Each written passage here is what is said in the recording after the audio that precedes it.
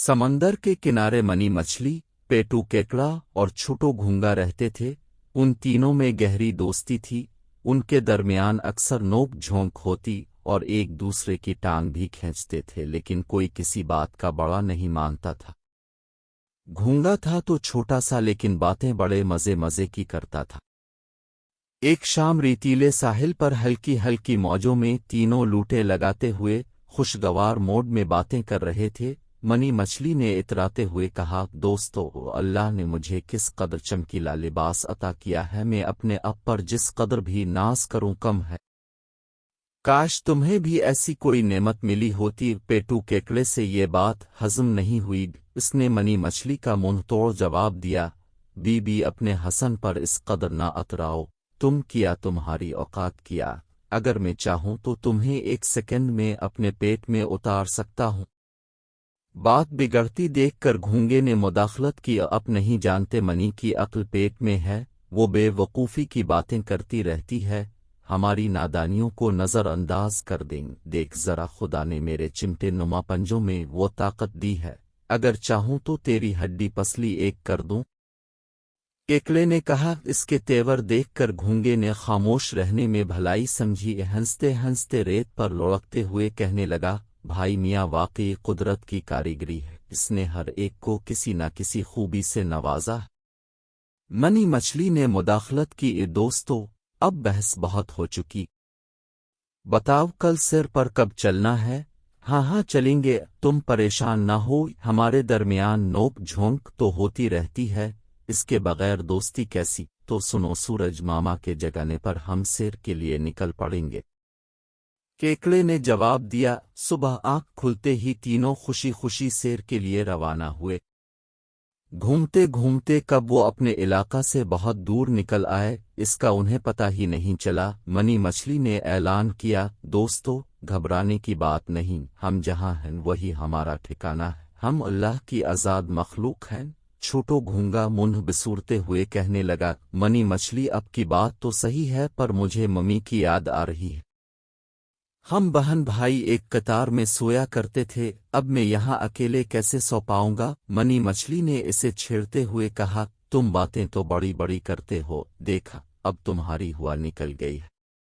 Money की बातों से नाराज होते हुए छोटो कहने लगा, तुम मेरा मजाक उड़ा रही हो, बस तुमसे दोस्ती खत्म। मनी मछली इसे मनाने लगी, अब बात बात पर रूठना अच्छी बात नहीं मेरे दोस्त, डरने की क्या बात है। मैं होना सबसे बढ़कर हमारे बड़े भाई जनाब पेटू केकड़े भी तो हैं। छोटो, चाहो तो तुम मेरे साथ रेत के अंदर आराम कर सकते हो।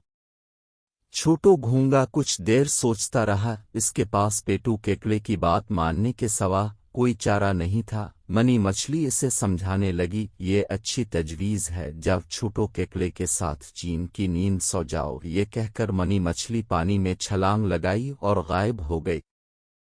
केकड़े मियाँ खर्राटे भरते रहे और छोटो नींद के लिए तरसता रहा। इसे घर की याद सता रही थी और इस कदर तंग जगह पर उसका दम घट रहा था। वो रात भर करवटें बदलता रहा। आखिरकार इस तारीख सुरंग से निकल आया। बाहर आकर देखा तो सूरज की लाली आसमान पर फैल चुकी थी। जैसे ही केकड़े की आंख खिली वो अंगड़ाई लेता हुआ बाहर आया, तब तक मनी मछली भी वहां पहुंच गई थी। दोनों सवालिया नजरों से एक दूसरे को देखने लगे। मनी मछली ने पूछा, भाई केकड़े, तुम्हारा दोस्त छोटो कहाँ है। केकड़े ने कहा, मैं भी इसे ही तलाश कर रहा हूं, वो कहीं नजर नहीं आ रहा है। चलो चलकर आगे देखते हैं। दोनों उसकी तलाश में निकल पड़े।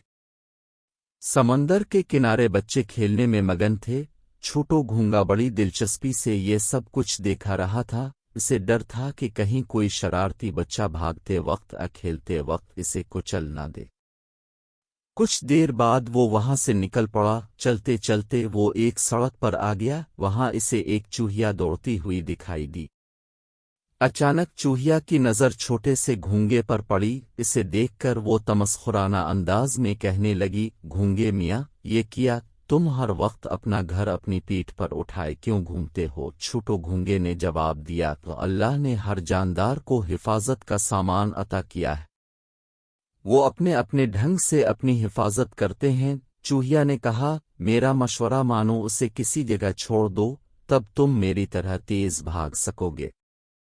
दोनों की बातों का सिलसिला जारी था कि बली को आता देखकर घूंगे मियाँ को शरारत सूझी।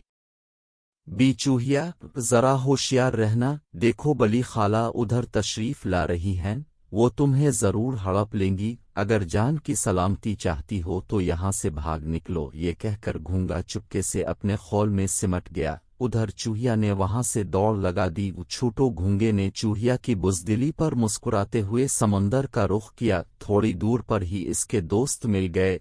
दोनों उस पर बरसने लगे और छोटो घूंगा मिर्च मसाला लगाकर चूहिया की बुज़दिली का किस्सा सुनाकर लुत्फ लेता रहा।